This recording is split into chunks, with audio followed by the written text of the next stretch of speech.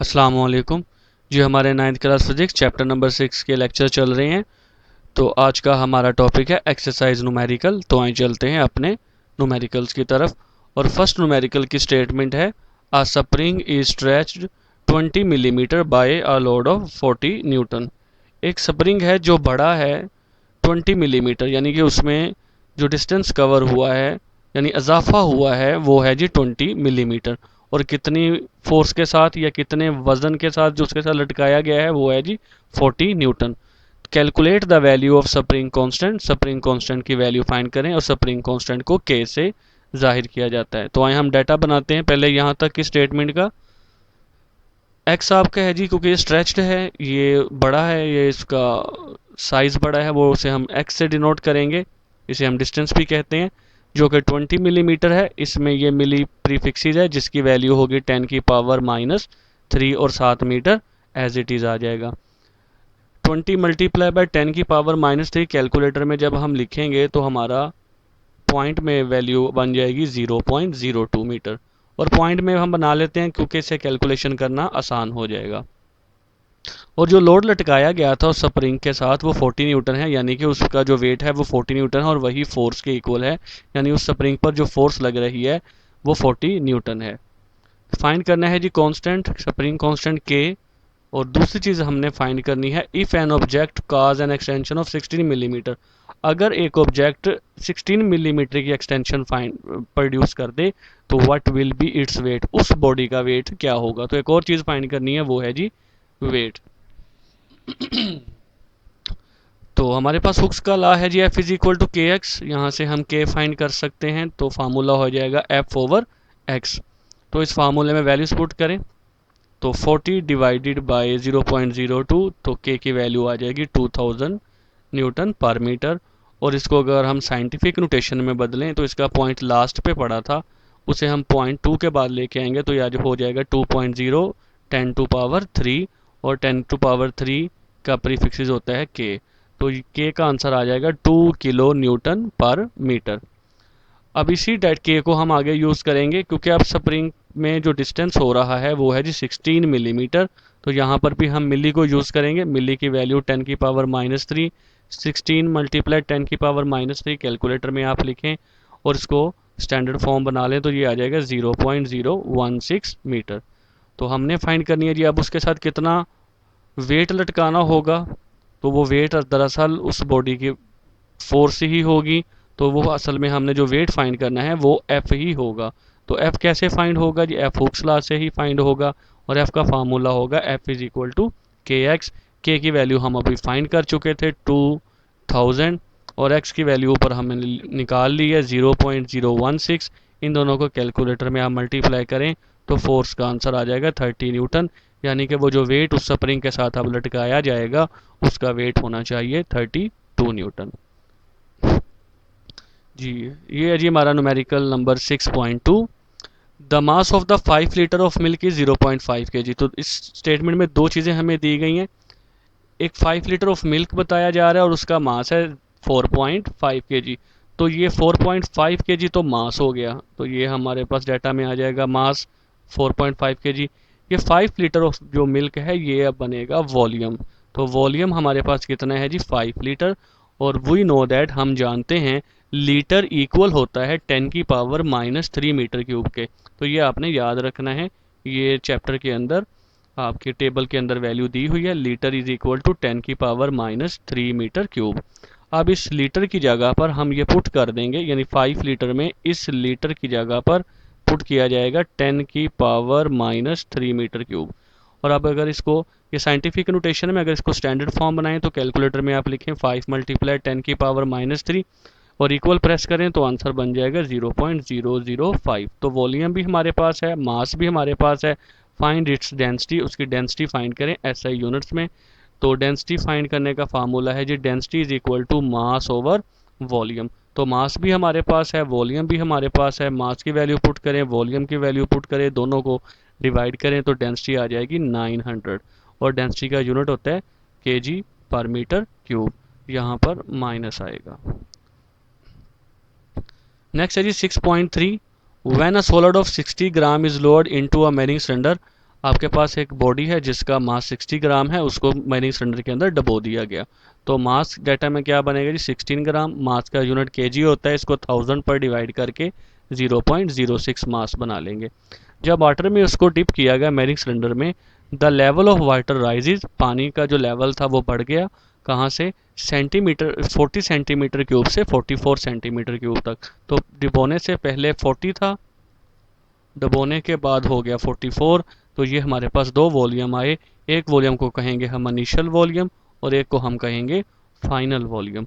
और जो जितना वॉल्यूम में इजाफा हुआ है वो वॉल्यूम कहलाएगा सॉलिड का वॉल्यूम। तो सॉलिड का वॉल्यूम कैसे फाइंड होगा? फाइनल वॉल्यूम 44 में से इनिशियल वॉल्यूम 40 को माइनस कर देंगे तो वॉल्यूम हमारे पास आ जाएगा 4 सेंटीमीटर क्यूब। तो ये वॉल्यूम है उस सॉलिड बॉडी का, उस पत्थर का जो पानी में डुबोया गया है। तो वॉल्यूम हमारे पास 4 सेंटीमीटर क्यूब, और हम जानते हैं वॉल्यूम का यूनिट होता है मीटर क्यूब। तो इस सेंटीमीटर क्यूब को मीटर क्यूब में बदलना पड़ेगा। और हमें यहाँ पर याद, प्रीफिक्सेस वाले टेबल में हम पढ़ के आए हैं कि सेंटीमीटर की जो वैल्यू होती है वो होती है 10⁻⁻² मीटर। तो सेंटी की जगह पर आ जाएगा 10⁻⁻², और मीटर एज इट इज़। और ये जो 3 क्यूब का है ये इनका क्या बन जाएगा? होल का क्यूब। तो यहाँ पर हमने सिर्फ क्या किया है, सेंटी की जगह पर उसकी मल्टीप्लायर की वैल्यू पुट कर दी गई है जो कि है 10⁻⁻²। और पावर पर पावर मल्टीप्लाई होती है, तो ये जो -2 है ये 3 के साथ मल्टीप्लाई होकर क्या हो जाएगा? -6 हो जाएगा। और m के ऊपर भी क्यूब है तो साथ क्या आ जाएगा? Metre cube. तो जो आपकी वॉल्यूम की वैल्यू सेंटीमीटर क्यूब में थी अब वो कन्वर्ट हो गई मीटर क्यूब में, क्योंकि वॉल्यूम का जो एसआई यूनिट बनेगा वो मीटर क्यूब बनेगा, क्योंकि लेंथ का मीटर है तो एरिया का मीटर स्क्वायर होगा, और वहीं से वॉल्यूम का मीटर क्यूब बनेगा। फाइंड हमने करनी है जी, calculate the density of the solid, उस सॉलिड की डेंसिटी फाइंड करनी है। तो डेंसिटी का फार्मूला होगा जी मास ओवर वॉल्यूम। मास भी हमारे पास है 0.06, और वॉल्यूम अभी हम निकाला है 4 × 10⁻⁻6। फार्मूले के अंदर वैल्यू पुट करेंगे तो यहाँ पर 0.06 को 4 पर डिवाइड करेंगे तो आ जाएगा 0.015।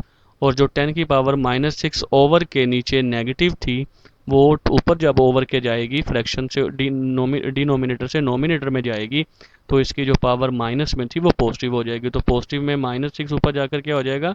+6। अब कैलकुलेटर में आप ये वैल्यू पुट करें, इक्वल प्रेस करें तो आपका डेंसिटी आ जाएगी 15,000। और डेंसिटी का यूनिट होता है केजी मीटर क्यूब, यानी केजी पर मीटर क्यूब। तो ये हमारी डेंसिटी आ जाएगी उस सॉलिड की। नेक्स्ट है जी 6.4, अ ब्लॉक ऑफ डेंसिटी। एक ब्लॉक है जिसकी डेंसिटी आपके सामने है जी 8 × 10⁻³ kg पर मीटर क्यूब। तो आप डाटे में डेंसिटी लिखेंगे। Has a volume of 60 centimetre cube, और उसका वॉल्यूम है जी 60 सेंटीमीटर क्यूब। ये हमने जिस तरह पिछले न्यूमेरिकल में सेंटीमीटर क्यूब को मीटर क्यूब में बदला है उसी पैटर्न पे हम इसको बदलेंगे। तो देखें, सेंटी की जगह पर आ गया 10⁻⁻² और मीटर साथ एज इट इज़, और क्यूब के लिए होल का क्यूब बन गया। पावर पर पावर मल्टीप्लाई है तो ये जो -2 है ये 3 से मल्टीप्लाई होगी तो -6 आ जाएगा। तो हमारे पास वॉल्यूम बन गया 60 × 10⁻⁻6 मीटर क्यूब। फाइंड हमने करना है जी मास। तो मास फाइंड करने के लिए हमें डेंसिटी का फार्मूला का सहारा लेना पड़ेगा, क्योंकि हमारे पास जो डाटा है वो है जी डेंसिटी वॉल्यूम। तो डेंसिटी और वॉल्यूम का यूज़ करके हम मास डेंसिटी वाले फार्मूले से ही निकाल सकते हैं। तो डेंसिटी का फार्मूला है जी मास ओवर वॉल्यूम। तो यहाँ से मास निकालने के लिए जो वॉल्यूम मास के नीचे डिवाइड हो रहा है वो डेंसिटी के साथ जाके मल्टीप्लाई हो जाएगा, तो हमारे पास मास निकल आएगा। तो अब इस फार्मूले में वैल्यूज पुट कर दें। मास की वैल्यू जी 10 × 3, 8 × 10⁻³ और वॉल्यूम है हमारे पास 60 × 10⁻⁻6। तो 8 को 60 से मल्टीप्लाई कर दें 480 आ जाएगा। और यहाँ पर 10 और 10 दोनों की बेसिस सेम है तो पावरें ऐड हो जाएंगी। 3 - 6 का आंसर बनेगा जी -3। और कैलकुलेटर में आप अगर लिखें 480 × 10⁻³ तो ये आपका आ जाएगा 0.48। और मास का यूनिट क्या होता है? केजी। तो इस तरह ये आंसर आपका निकल आएगा। नेक्स्ट है जी 6.5, अ ब्रिक मैयर 5 सेंटीमीटर × 10 सेंटीमीटर एंड × 20 सेंटीमीटर। एक ब्रिक है आपके पास, ईंट है, उसकी मेजरमेंट है 5 × 10 × 20। तो ये जो मेजरमेंट आपके सामने दी गई है ये वॉल्यूम बनता है, ठीक है, तो ये उस ब्रिक का वॉल्यूम है। If its mass is 5 kg, अगर उस ब्रिक का मास 5 kg हो तो आपने कैलकुलेट करना है maximum and minimum pressure which the brick can exert on a horizontal surface, यानी एक ज़मीन के ऊपर यानी फर्श के ऊपर मैक्सिमम और मिनिमम प्रेशर ब्रिक कितना लगा सकती है वो आपने फाइंड करना है।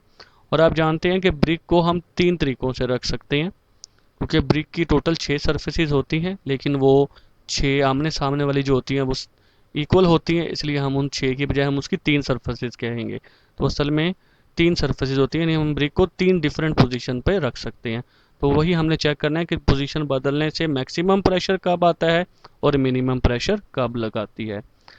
तो ये जो मेजरमेंट दी गई है 5 × 10 × 20, ये वॉल्यूम है, और वहीं से हम 3 चीज़ें निकालेंगे। पहली को हम हाइट कह लेते हैं, 5 सेंटीमीटर को हाइट कह लेते हैं, 10 सेंटीमीटर को विड्थ कह लेते हैं, और 20 सेंटीमीटर को लेंथ कह लेते हैं। आप 20 को भी लेंथ कह सकते हैं, 10 को भी लेंथ कह सकते हैं, आप हाइट 10 को भी कह सकते हैं, 20 को भी कह सकते हैं, उससे कोई फ़र्क नहीं पड़ेगा। तो हमारे पास हाइट हमने 5 ले ली, विड्थ हमने 10 सेंटीमीटर ले लिया, और लेंथ हमने 20 सेंटीमीटर ले ली, और फिर इनको मीटर में कन्वर्ट कर दिया 100 पे डिवाइड करके। तो हाइट हमारे पास बन गई 0.05, विड्थ बन गई 0.1, और लेंथ बन गई 0.2। तो मास कितना है जी? 5 kg है। फाइंड हमने करना है जी मैक्सिमम प्रेशर और मिनिमम प्रेशर, और प्रेशर का फार्मूला आता है फोर्स ओवर एरिया। तो हमें प्रेशर फाइंड करने के लिए 2 चीज़ें चाहिए, एक फोर्स चाहिए और एक एरिया चाहिए। तो हमारे पास अभी डाटा में ना तो हमारे पास फोर्स है, ना ही हमारे पास एरिया है। तो हम पहले फोर्स फाइंड करते हैं। तो फोर्स कैसे फाइंड होगी जी? उस फोर्स इक्वल होती है जी वेट के, यानी वो फोर्स कितनी, वो ज़मीन के ऊपर या हॉरिजॉन्टल सरफेस के ऊपर ब्रिक कितने फोर्स लगाएगी, जितना उसका वेट है। और वेट किसके इक्वल होता है? mg के, और m हमारे पास 5 है, g की वैल्यू हम जानते हैं 10 है, तो 50 न्यूटन आ गया आपका फोर्स। यानी वो जो ब्रिक जिस तरह भी रख दिया जाए उसको फर्श के ऊपर, वो फोर्स सेम ही लगाएगी, और वो होगी 50 न्यूटन। वी नो दैट, हम जानते हैं ब्रिक्स हैज़ 3 फेस, ब्रिक के 3 सरफेसेज हैं, 3 फेस बनते हैं, टोटल 6 होते हैं, लेकिन क्योंकि 2 सेम है इसलिए हम कहेंगे 3 फेस हैं। तो हम तीनों फेस का एरिया निकालते हैं। तो एक पहली का हम एरिया निकालते हैं, उसे हम A1 कह देते हैं, और उसके लिए फार्मूले में हम जो वैल्यू यूज़ करते हैं वो हम कहते हैं जी हाइट मल्टीप्लाई बाय विड्थ। आप यहाँ पे विड्थ मल्टीप्लाई बाय हाइट कह लें या हाइट मल्टीप्लाई बाय विड्थ कह लें, कोई फ़र्क नहीं पड़ेगा। तो एक हमने एरिया ले लिया हाइट मल्टीप्लाई बाय विड्थ को मल्टीप्लाई करके। हाइट की वैल्यू भी पीछे 0.05 है, विड्थ की वैल्यू 0.1 है, इनको मल्टीप्लाई करेंगे तो वैल्यू बन जाएगी 0.005 मीटर स्क्वायर। एक एरिया हमने ले लिया हाइट और विड्थ को मल्टीप्लाई करके, दूसरा एरिया हम लेंगे हाइट और लेंथ को मल्टीप्लाई करके, और इसी तरह हम तीसरा एरिया लेंगे विड्थ और लेंथ को मल्टीप्लाई करके। और आप देख सकते हैं कोई भी फार्मूले में जो वैल्यू है वो रिपीट नहीं हो रही, रिपीट से मतलब 2 सेम नहीं आ रहा। अगर एक दफ़ा हमने हाइट और विड्थ को लिया है तो दूसरी दफ़ा हाइट और लेंथ को लिया है, तो पीछे कौन बचता है तीसरी के लिए? वो बचता है विड्थ और लेंथ। तो तीनों वैल्यूज़ को हमने यूज़ करके 3 डिफरेंट एरियाज़ ले लिए, क्योंकि 3 ही फेस ब्रिक्स के बनते हैं। तो एक एरिया बना 0.005, एक एरिया बना 0.01, और एक एरिया बना 0.02।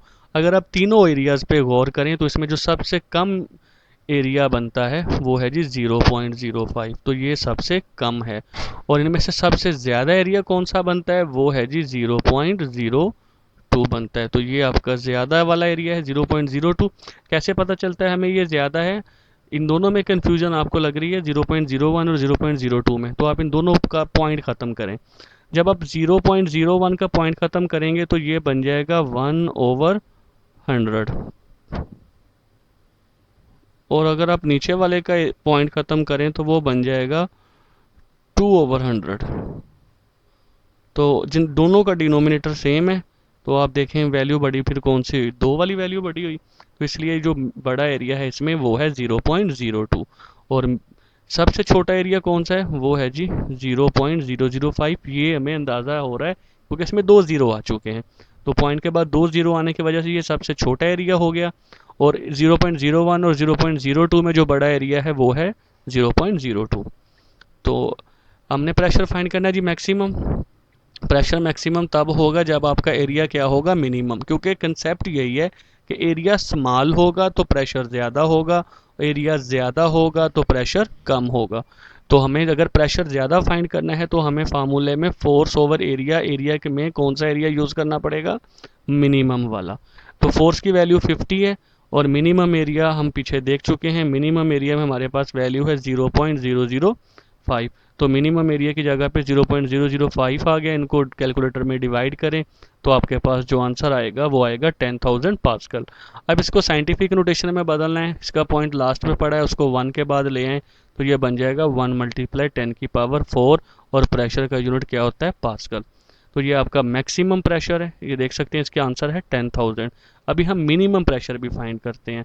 तो मिनिमम प्रेशर कब फाइंड होगा, जब फोर्स तो सेम ही है लेकिन एरिया कौन सा भी यूज़ करना पड़ेगा, मैक्सिमम, क्योंकि एरिया अगर ज़्यादा होगा तो प्रेशर कम होगा। और सबसे कम एरिया कौन सा था, 0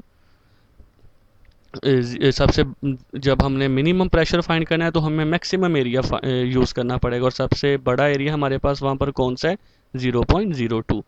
तो वैल्यू फार्मूले में पुट करें, 50 डिवाइडेड बाय 0.02, कैलकुलेटर यूज़ करें तो इसका आंसर आएगा 2500। तो मैक्सिमम प्रेशर कितना हुआ, यानी 2500 होगा, ये यहाँ पे मिनिमम आएगा। तो मिनिमम प्रेशर हमारे पास कितना होगा, 2500 होगा। तो इसको भी साइंटिफिक नोटेशन में बदलें तो इसका आंसर बनेगा, पॉइंट लास्ट पे पड़ा है, 5 के बाद लेके हैं 2.5, 3 स्टेप्स आप क्रॉस करेंगे जिसकी वजह से 10 की पावर क्या आ जाएगी, 3। और प्रेशर का यूनिट क्या है, पास्कल। तो हमारे ने दो प्रेशर फाइंड करने थे, मैक्सिमम प्रेशर और मिनिमम प्रेशर। तो मैक्सिमम प्रेशर है जी 10,000, जैसे साइंटिफिक में बदला तो वो आया 1 मल्टीप्लाई 10⁴। और मिनिमम प्रेशर है 2.5 मल्टीप्लाई 10⁻³ यानी कि 2500। तो मैक्सिमम प्रेशर 10,000 है और मिनिमम प्रेशर 2500 है। और मैक्सिमम प्रेशर तब होगा जब हम एरिया मिनिमम लेंगे और मिनिमम प्रेशर तब होगा जब हम एरिया मैक्सिमम लेंगे। तो ये थे जी आज के हमारे फर्स्ट 5 न्यूमेरिकल।